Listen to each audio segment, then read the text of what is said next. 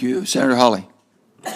Thank you, Mr. Chairman. Thanks to all of the witnesses for being here. Chairman Phillips, let me just start with you. Let me start in my home state of Missouri in St. Louis. The Spire pipeline in St. Louis, as you probably know, has had a long and somewhat unhappy saga until recently. Finally, in December of this past year, the commission gave the pipeline a certificate to operate. I'm asking you about it because, as I hope you know, residents of the St. Louis area have been repeatedly told that their gas bills would rise in a very significant way if the pipeline was not able to operate.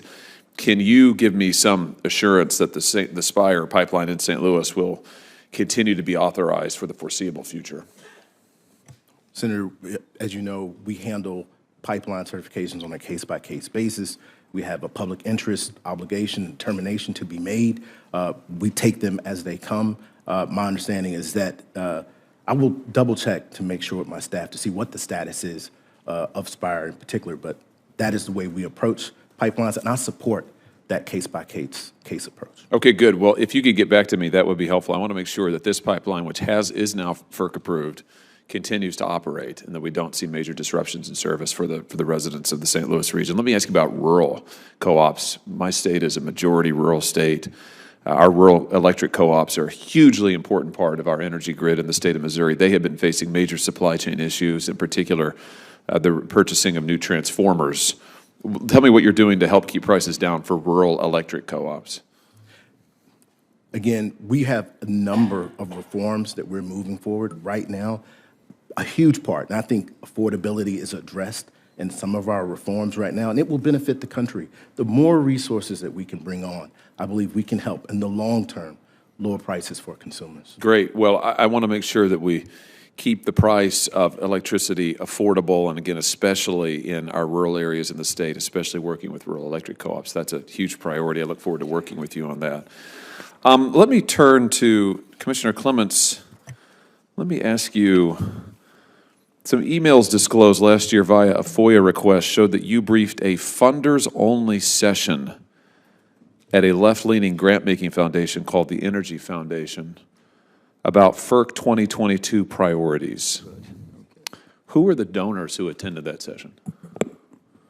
There was not fundraising in the meeting you asked about. It was a convening of foundation staff from across the country, and I was having a very kind of straightforward, above-the-board conversation about 2022 priorities. Subject to my ethics agreement and any ex parte restrictions, I have an open-door policy, so I meet with all kinds of stakeholders. I've actually never said no to a meeting between either my staff taking it or myself. Wait a minute. You said it was staff. The FOIA information says it was advertised as a funders-only session.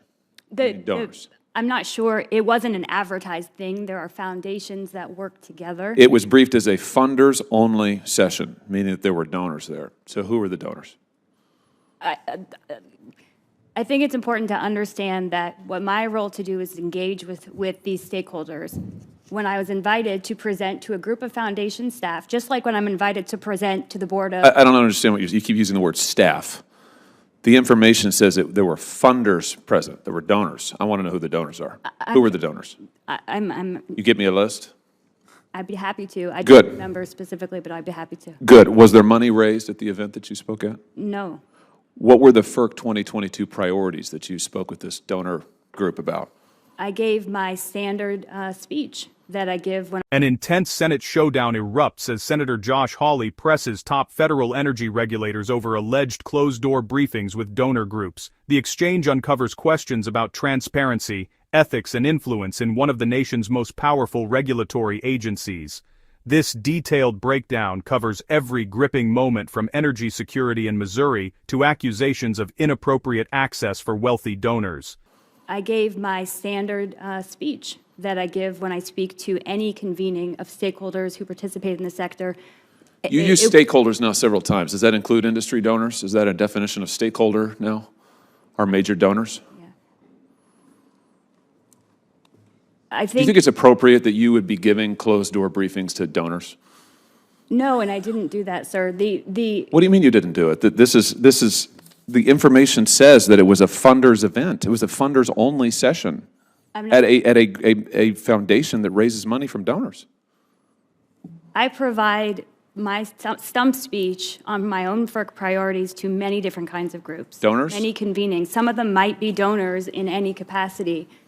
Certainly, Did any of those donors who were present that day have a financial interest in the energy industry? almost everyone I speak to has a financial interest in the energy industry. Oh, wow.